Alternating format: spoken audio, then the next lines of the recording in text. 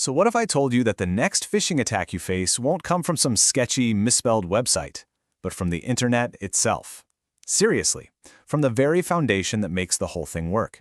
And that's exactly what we're diving into today. A new, really clever kind of attack that's hiding in plain sight by turning the internet's most trusted systems against us. I mean, we've all been trained to look for the red flags, right? You know, the weird spellings, the suspicious domains. We all do that little hover over the link trick to see where it's really trying to take us. But what happens when that link is coming from a place we're supposed to trust, a fundamental piece of the internet's architecture? Well, that's what makes this new attack so darn scary. And that's the whole game right there. This isn't just another scam. This is about weaponizing the internet's actual infrastructure. Attackers are twisting a system that was literally designed for trust and turning it into a tool for deception. And that makes it incredibly difficult for both us and our security software to spot the danger. Okay, so how are they pulling this off? To really get it, we need to pop the hood on the internet for a second. We're going to look at something called the domain name system. You've probably heard it called DNS, and it's kind of secret behind-the-scenes address book, the .ARPA domain. The easiest way to think about DNS is like it's the internet's giant phone book. It's simple, really. You want to visit Google, so you type google.com into your browser.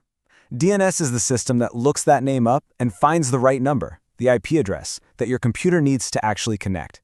We use this billions of times a day and never even think twice about it. But here's the really cool part. It works both ways. There's also something called reverse DNS, and you can think of that like caller ID for the internet. It takes an IP address, a number, and tells you what name it belongs to. And this is where that mysterious .ARPA domain comes into play. It's the official, specialized directory that handles all these reverse lookups.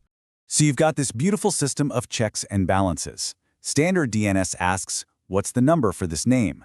Reverse DNS asks, hey, what's the name for this number? Using that special .ARPA domain to do it. It's all about verification, making sure everything is what it claims to be. But what if someone could poison that verification process? Well, that's exactly what these attackers have figured out. So, let's get into the nitty-gritty. How does this all come together to become a heist? How do attackers actually take this trusted, fundamental system and turn it into a phishing weapon? Well, it's a surprisingly slick four-step process. First up, they get their hands on a block of modern IPv6 addresses. Next, they take control of the reverse DNS for those addresses, which is actually easier than it sounds. Now, here's the really clever twist.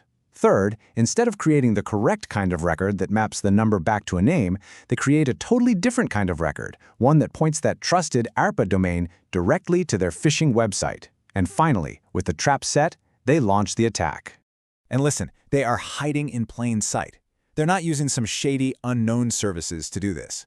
The security firm Infoblox points out that they're using big, reputable companies like Cloudflare and Hurricane Electric. They're literally piggybacking on their good reputations to make their own scam look legit and fly right under the radar.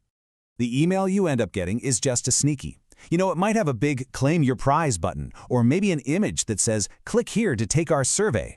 But the link isn't in the text where you can hover over it to check. Nope, it's hidden inside the image itself. So the second you click it, you're on your way to their weird-looking .ARPA domain, and you probably never even saw the address. So, you might be wondering, okay, but why is this so effective? Why aren't our security systems, our digital gatekeepers, catching this? Well, it all comes down to a few key reasons that exploit the very trust that our online security is built on. First off, the .ARPA domain is inherently trusted. It's essential internet plumbing, so security filters are pretty much designed to let it pass. Second, you can't just look it up like a normal website. There's no public record of who owns it or how old it is, so there's zero red flags for a security system to find. On top of that, the attackers use links that expire after just a few days, so by the time a security researcher tries to analyze it, the trail's gone cold.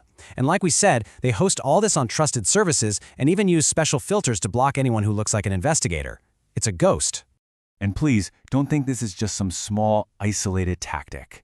The researchers who uncovered this found over 100 cases where attackers used these kinds of techniques, hijacking records from major companies, universities, and even government agencies. The scale of this is already significant, and you can bet it's growing. So when you hear about a threat this sophisticated, something that's literally built into the fabric of the internet, well, it's pretty easy to feel helpless, right? But here's the good news. The absolute best defense against this kind of attack doesn't require any fancy software. It just comes down to changing one simple habit. This is it. This is the single most important thing to take away from all of this. If you get an email you weren't expecting, it doesn't matter how legitimate it looks, do not click any link or any image inside of it. Just stop. Open a new tab in your browser, go directly to the official website yourself, and log in there. That one simple move completely sidesteps their entire trap. What this whole thing shows us is that attackers are getting more and more creative. They're not just trying to fool us with fake websites anymore. No, they're targeting the very foundations of trust that we all rely on to just navigate the digital world. And that leads to one last, pretty sobering question. You see, this attack proves that absolutely nothing is off limits. Even the core pipes of the internet can be turned into a weapon. It forces all of us to ask what safe really means online anymore, and it's a stark reminder that, in the end, our own vigilance is our last and best line of defense. So the real question is, what trusted system will they come for next?